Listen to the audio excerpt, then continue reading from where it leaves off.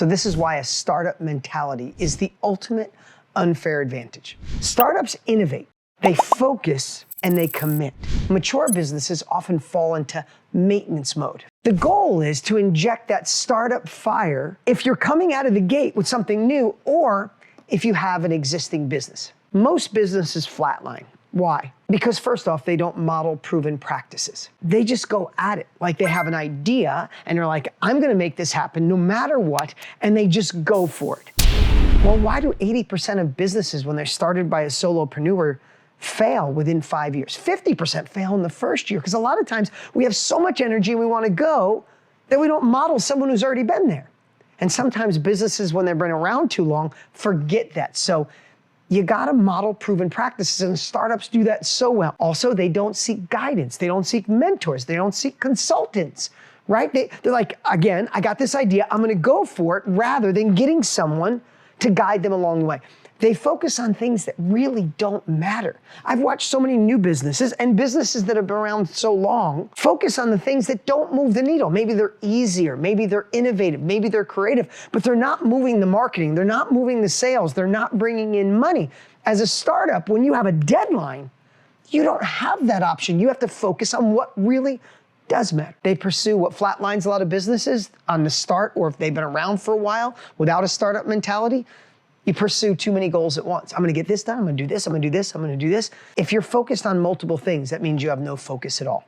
So how can we apply a startup mindset to all businesses? You see, startups, they must win or they die. So how do you get a win? You have to manufacture real urgency. Create stretch goals and a strong deadline to force clarity. When you have a stretch goal, think about startups.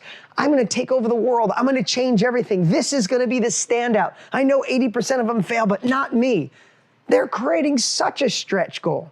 And then they also have a strong deadline. When you were in school, if you had homework due on Monday morning, why were you up at midnight on Sunday night getting it done? Because you had a deadline. So you have to force a deadline, and sometimes you want to shrink it. Sometimes you want to take a 3-year goal and turn it into 12 months. You want to take a 12-month goal, turn it into 3 months, because when you collapse that, it forces innovation, it forces creativity, it forces you to look through a lens that maybe you didn't before because you don't have the time, which creates that innovation. You know, I said this before, but you want to focus on one thing. Startups, and again, I've been around so many of them lately. I've invested in so many. Startups survive by doing only one thing. Some new entrepreneurs and those on the opposite side that have been in business for a while or mature companies, they dilute their efforts without even seeing it because they got so many things focused on, like I said earlier. If you got that one thing mindset, then we have to decide what to eliminate so you can go deep on what really matters. It's important to know what to say no to. Actually, just as important, if not more important, what to say no to, as well as what you must say yes to. Build a bold path. Innovation typically comes from pressure. If you go online right now and Google Fortune 500 companies, you'll see the majority of them were started during a recession or a down market, under pressure. When you're under pressure, think about the biggest breakthroughs in your life. It was probably when your back was against the wall. Innovation, creativity, moving forward, uncomfortable action happens when you're under pressure. So setting those stretch goals with a deadline force better strategies and new innovation. And then on the opposite side, don't optimize dead ends. Once you focus and you realize that you've been going down too many roads, find out what those dead ends are sooner than later and cut them. Reject comfort. Commit to scaling. Commit to going to another level. Commit to making those dreams become a reality. Listen, I heard once, live the hard way now so you can live the easy way later. Think about it in just typical terms or normal terms, right? If you don't take care of your health now, maybe it's easy to eat pizza, which I love pizza and pasta. Oh my God, right? And ice cream and sit on the couch and just veg out on Netflix, right? That's easy now, but it's hard when you're older. When maybe you're not as healthy as you want to be, that you didn't live into your full potential and you missed your window, right? It's harder to exercise now, but it's easier to be in your 70s and 80s and be healthier. It's harder now to live and reject comfort, to choose commitment over convenience is harder today. but that'll lead to an easier life later when your business takes off because you got that startup mindset. Remember, startups don't hope to grow. They have to grow. So live the hard way now and push that growth. It's time to stop playing not to lose and start playing to win. What do I mean by that? Especially in uncertain times, a shifting market, a shifting economy. Sometimes when we're out front trying to score goals, if you picture like a soccer team, all of a sudden you get a little insecure and you go, oh, I just don't want to lose. And you slowly back up and you just play goalie, protecting what you have. But if you're protecting what you have, you're not growing, you're not hitting your stretch goals, you don't have your deadlines right, and you can't win by just playing defense. You have to play offense. So how do we use this in our business? Set a bold stretch goal. Be bold, be brave.